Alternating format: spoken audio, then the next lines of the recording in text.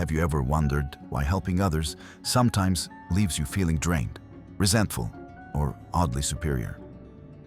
Why an act that appears generous on the outside can stir a storm of inner complexity?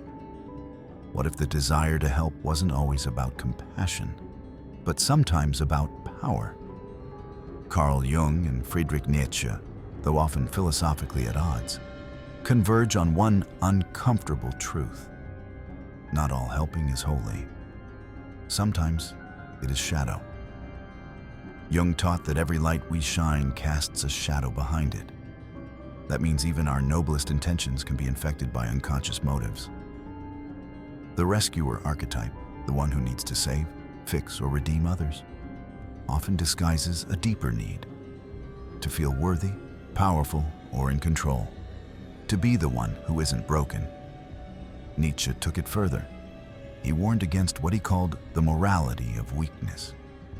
He believed that some people help not because they are strong, but because they are afraid of their own strength, because being near the weak makes them feel righteous. He called it resentment in disguise, the need to keep others small so we can feel big. This is the dark side of kindness. Have you ever given advice that wasn't asked for? Stayed in a toxic relationship because you believed you could fix them? Overextended yourself to the point of exhaustion because someone needed you? That wasn't just empathy. That was enmeshment. And beneath enmeshment is often unacknowledged pain. Jung would say that when we chronically help others to our own detriment, we're not being moral. We're avoiding our own shadow.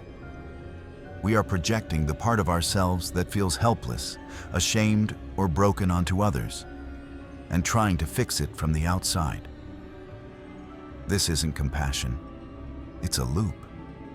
A loop that often begins in childhood, where being good, helpful, or invisible was how we earned love.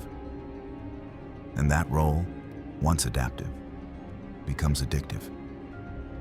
We don't just help others because they need us. We help because we don't know who we are without being needed. And our ego loves this. It loves being needed. It loves being the one with answers. But what if real love isn't about being the answer, but making space for others to find their own? Because the cost of ego-driven helping is this: we make others dependent. We deny them their growth. We create imbalance disguised as generosity. And all the while, we lose ourselves in the illusion that our worth depends on how useful we are. The more we live to rescue, the more we deny others the dignity of their own path. We rob them of agency. We become addicted to their brokenness because without it, we feel invisible. Helping can be a mask the ego wears to avoid its own inner work. Let's be clear. The desire to help isn't wrong, but the refusal to look at why we help, that's where the shadow hides. Because sometimes we help not out of love, but out of fear. Fear of being alone, fear of being unimportant, fear of sitting with our own unmet needs. But what does real compassion look like? Jung would say, it's the kind that sees clearly, not sentimentally. Compassion without clarity becomes martyrdom. Clarity without compassion becomes cruelty. Real love holds both. True help doesn't say, "Let me fix you." It says, "I see your wholeness, even in your struggle." It doesn't rob people of their suffering. It holds space for them to grow through it. It doesn't stand above. It sits beside. And it knows when to step back. Because not every cry for help is yours to answer. Not every problem is yours to solve. Not every brokenness needs a fixer. Sometimes it just needs a witness. So ask yourself, who are you trying to rescue? What part of you needs to be needed? What would happen if you let go of the savior role? You might feel guilty. You might feel lost. That's okay. That's the voice of the shadow speaking, finally being heard. That's the moment where the unconscious becomes conscious. Because not all kindness is clean. Some of it is a transaction, a performance, a form of control dressed in virtue. And that doesn't make you bad. It makes you human and ready to evolve. The next time you reach out to help, pause. Feel your body. Ask, is this love or is this fear? Is this generosity or is this ego? Is this connection or control? And let yourself feel the answer, even if it's uncomfortable. Real inner work means noticing the difference between love and self-abandonment, between compassion and codependency, between being needed and being whole. And here's the irony. When we stop needing to be needed, we actually become more available for love. Not love based on transaction, but love based on truth.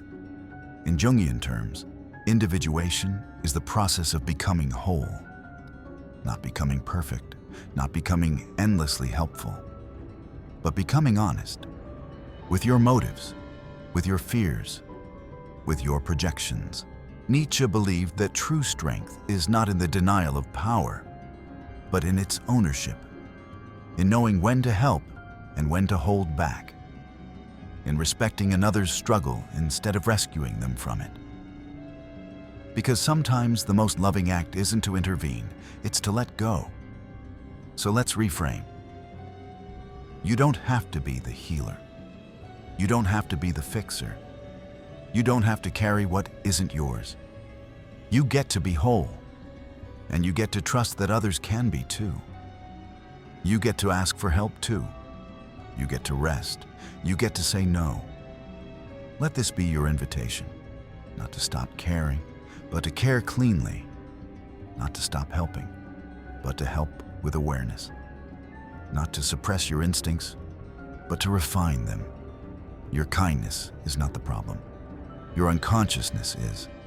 Bring it into the light and watch your relationships transform from performance to presence, from power to partnership, from shadow to soul. Jung said, knowing your own darkness is the best method for dealing with the darknesses of other people. So begin there. Start with you. And remember, you're allowed to be generous without self-sacrifice. You're allowed to support without fixing. You're allowed to love without losing yourself.